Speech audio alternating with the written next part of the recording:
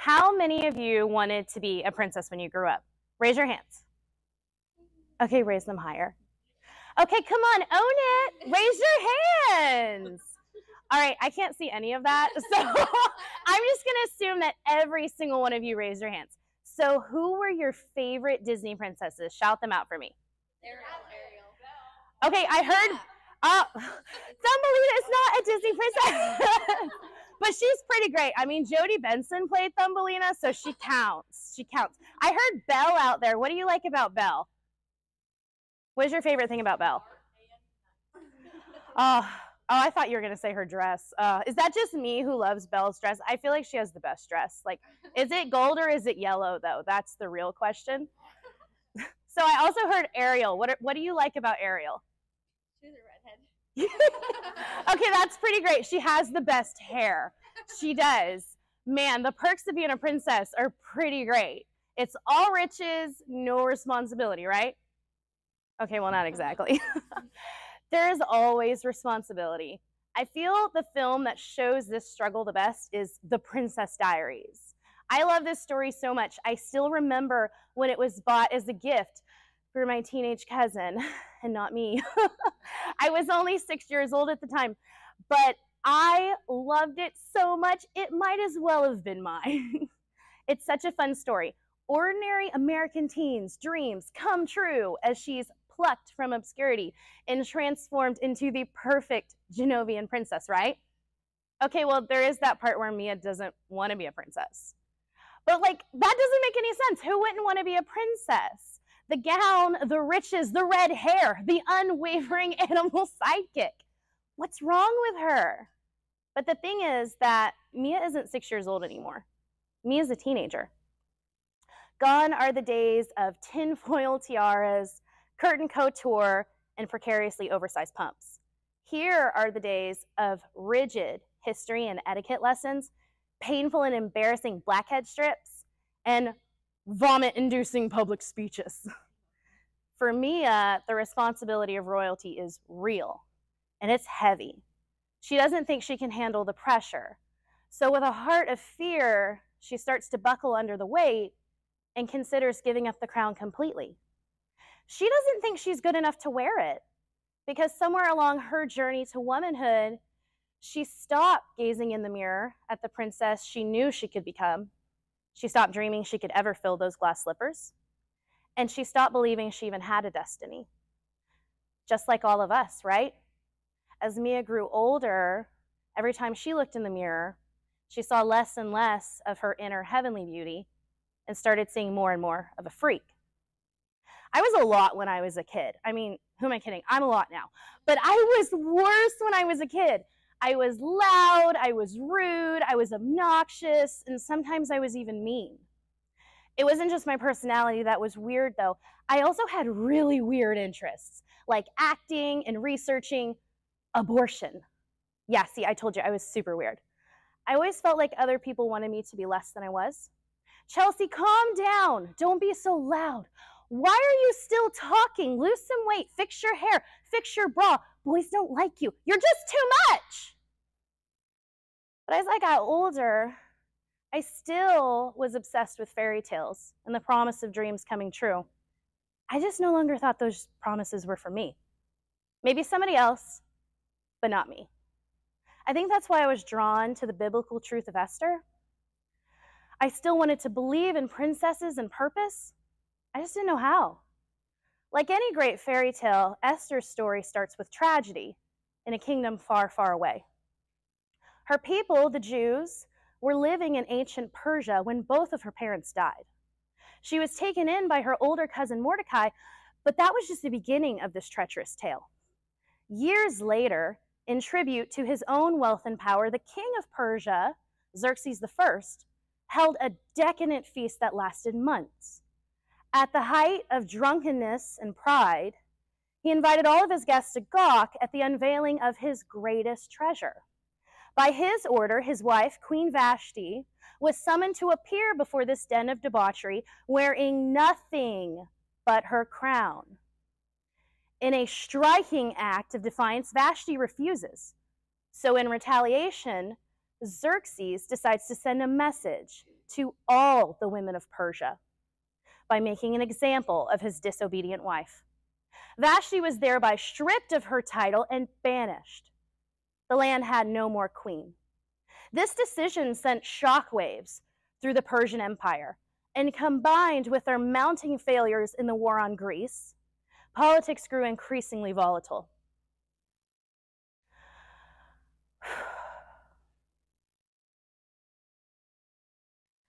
And it wasn't long before Xerxes was pressured to select a new queen. So all of Persia was scoured for the most beautiful virgins. Esther, along with 399 others, was chosen, but not before Mordecai could warn her to keep her Jewish heritage a secret. Make no mistake, this unexpected pageant involved no lavish invitation to a royal ball. These women were abducted, they were held prisoner for a year, and it was Xerxes' plan to rape his way through them until he found his favorite. True, the chosen maiden would receive a crown, but the rejected, now ineligible for marriage, would be kept in the palace as concubines until they died. It would be perfectly understandable at this point for Esther to give in to despair, but she didn't. She was beloved by all who met her because of her spirit, and most notably by the king. Serving as Xerxes' queen proved a daunting task. It wouldn't be long before Mordecai informed her of a plot to assassinate her new husband. But soon, the dangers would prove more personal. Haman, a rival of the Jews, an advisor to the king, crafted a royal decree calling for the annihilation of Esther's entire race. Suddenly, Esther's tragedies yielded opportunity. As Mordecai penned the famous line, "Who knows but that you have been brought to your royal position for such a time as this?" Against all reason, Esther chose faith and appeared uninvited before the king, a crime punishable by death. To everyone's shock, Xerxes pardoned her. She revealed the secret of her Jewish heritage and interceded for the lives of her people. The king granted her request, the murderous plot was foiled, and Haman was destroyed. Why is that significant? Esther did not hear the voice of God a single time in the midst of her sufferings, but great pain yields great purpose. God's silence did not mean his absence. The roots of his mighty plan took centuries to come to fruition, events being put into motion long before Esther was even born. But when you look at the story as a whole, you can see God's fingerprints all over everything. "For I know the plans I have for you," declares the Lord. "Plans to prosper you, not to harm you. Plans to give you hope and a future," it says in Jeremiah 29:11. It took me 28 years to recognize God's unique calling on my own life. But just like in Esther's story, once it was revealed, I couldn't unsee it. The thing you need to know about me first is I wasn't born blind. I grew up sighted just like everybody else. In the 3rd grade, I developed nearsightedness and then later astigmatism, but it was never anything corrective lenses couldn't fix. No doctor could have ever anticipated the darkness that would come for me. When Austin and I got engaged, it was the summer after I graduated high school. It had been a long time coming because he was a year older than me, so we had spent the last year apart, and we had no intention of ever being separated again. The months that led up to the wedding, I started getting frequent headaches. I remember carrying a bottle of Tylenol around with me everywhere I went, but I didn't think anything of it. I was taking summer classes, I was under a lot of family stress, I was planning a wedding. It just made sense to me that my body would feel sick. It wasn't until we were on our way back from our honeymoon that the headache just wouldn't go away. After 2 weeks, I went to see my primary care physician, but not only did she tell me there was nothing wrong, she made me feel embarrassed that I had even come in to bother her in the first place. Unfortunately, I believed her words, and as my vision started to blur, I just thought I needed to update my eyeglasses prescription or replace the light bulbs in my apartment. It never occurred to me that I could be going blind. When I finally found a doctor who would listen to me, she told me I had pseudotumor cerebri, and I needed emergency surgery because I was going to be blind in 3 days. Somehow, it still took the hospital 2 days to get me into the operating room. After my VP shunt was placed, my vision continued to deteriorate for about 3 more weeks. But at that point, there was nothing anyone could do anymore. Everything happened so fast, I never even saw my own wedding photos. So many people prayed for my body to be healed. Some even felt led to share their health miracles with me, hoping it would inspire my faith. I had no doubt God could heal me. But as the days turned to months, and the months turned to years, God stayed silent. And I was left with a question, why? I have a habit of shoving down the worst kinds of pain until I can't feel them anymore. So that's what I did for years. I ran, I hid, I shoved. I think I thought that if I kept moving fast enough, the blindness wouldn't follow me. But every time I opened my eyes, the darkness was still there. After some rehabilitation training, I returned to college to study theater. My blindness had already taken so much from me, I wasn't going to let it take my passions too. I still wanted to help protect women and babies, but I just didn't know how. I thought about volunteering, but I believed the lie that I was worthless. What could a blind woman do to help anyway? So I returned to watching and researching from the sidelines, because that's all I thought I could ever do. More than a year later, while I was on a trip, a new friend broke down with a secret. What was supposed to be a fun day of sightseeing quickly turned into her confessing that she wanted to kill herself because she'd had an abortion. She'd found herself pregnant a couple years earlier and knew her family would not accept the circumstances. She was scared for her baby. So she made what she thought was the best decision, and now she was drowning in the pain. I wish I had been more prepared to meet her with the truth of God's grace and mercy, to help her find a post-abortive healing group so she could truly feel forgiven and set free. Instead, my attempts were weak at best, so I turned to God again, but this time I was getting angry. Why couldn't you have let me meet her 2 years earlier? I could have stopped this. I would have helped her. I would have taken her baby. I don't understand why. I remember breaking down with God. I just want to help save one baby. Is that too much to ask from you? I just wanted to help save one baby. But God chose silence again. And so my belief in his indifference towards me grew. Years passed this time, and Austin and I started to settle into a routine of normalcy. We had a beautiful 18-month-old daughter, and now I was pregnant again, this time with a son. When I entered the Oklahoma Children's Hospital, I was so sure my second pregnancy was healthy. I glided into that ultrasound room. I was 12 weeks along, and I couldn't wait to hear what my little guy was up to. Because I'm blind, I had to ask my husband to describe the ultrasound imaging to me. I remember teasing him by asking which one of us he looked like. But it turns out the life you expect for yourself can be taken away with something as simple as a knock at the door. "We're back," said the stenographer, her student in tow. "The doctor wanted us to get a few more pictures." I was confused, but laid back, exposing my belly again. "Can I wipe the jelly off now?" I asked. "It's best to leave it on, just in case the doctor wants us to come back again." My husband tried his best to reassure me that everything was fine, but I knew. And I wasn't laughing anymore. The next knock at the door was a maternal fetal medicine specialist whom we had not been scheduled to see.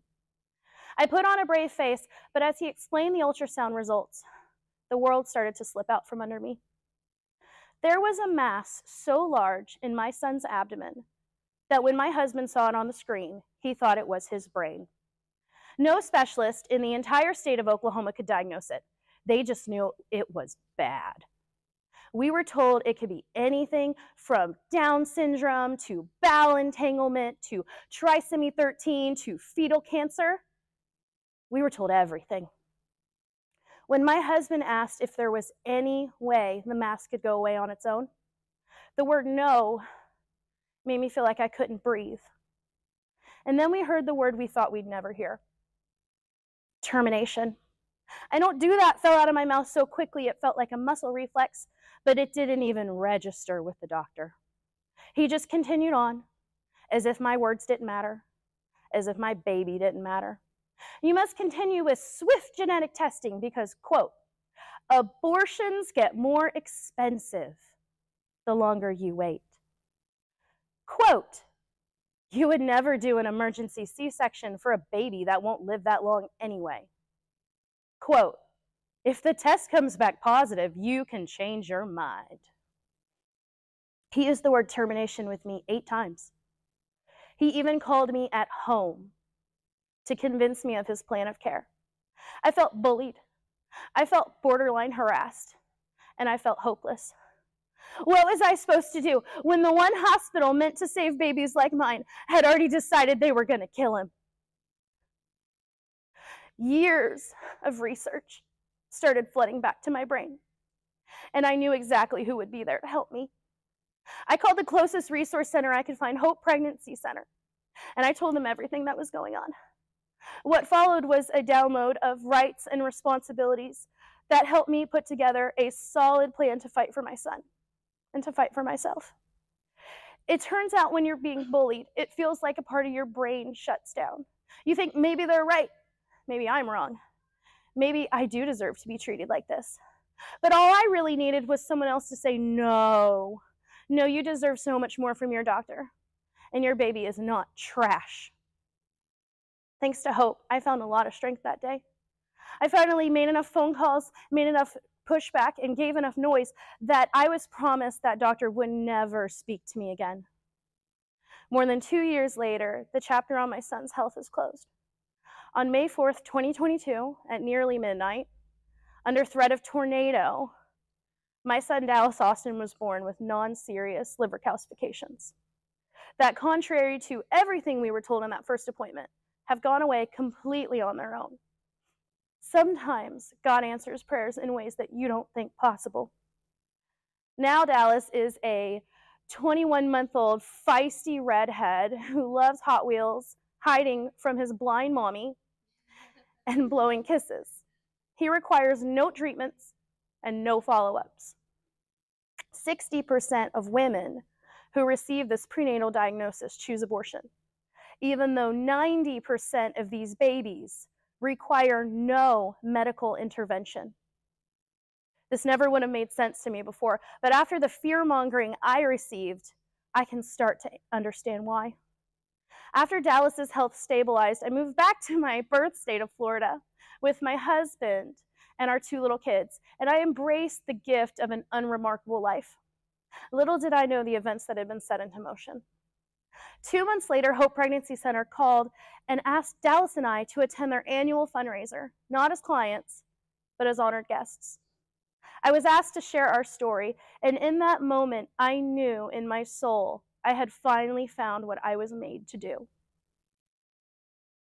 After the event was over, in the quiet of my own home, I remembered that prayer I'd prayed to God so many years ago. Just let me save one baby. And then I realized He'd let me save my son. The baby God had given me to save was my son. There were so many times that I thought God had forgotten about me, or that He didn't care. But now I look back at those years of struggle, and I recognize that those were moments He was refining me for His purpose. 17 years training on stage, 16 years researching pro-life issues, 9 years experiencing disability, and 24 years walking with Christ.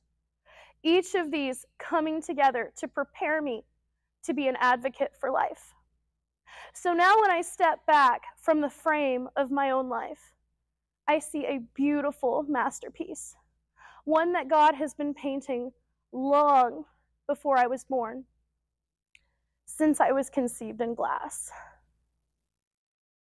He formed me in my inmost being. He knit me together in my mother's womb. I praise Him because I am fearfully and wonderfully made. He is using my pain for a purpose that is greater than anything I could have ever dreamed. I know what all of you are thinking now. Chelsey, that's really great that God helped you find your purpose, but you don't know me. You don't know my pain. You don't know what I've done. I know God had a plan for Esther and Ruth and Rahab and Mary and Elizabeth and Sarah. But you don't understand, Chelsey. I'm a freak. God doesn't see me. My own spouse doesn't even see me. I'm not special. I'm not unique. I don't have a destiny. So how could there ever be a crown in heaven waiting for me? Romans 8:14-18 says, "For those who are led by the Spirit of God are the children of God. The Spirit you received does not make you a slave so that you live in fear again. Rather, the Spirit you received brought about your adoption to sonship, and it is by Him we cry, Abba, Father." The Spirit Himself testifies with our spirit that we are God's children. And if we are children, then we are heirs, heirs of God and co-heirs with Christ, if we indeed share in His suffering, in order that we may also share in His glory. I consider that our present sufferings are not worth comparing to the glory that will be revealed in us. I don't know what your purpose is, but I do know that God uses pain to do it. So it doesn't matter what lies you choose to believe about yourself.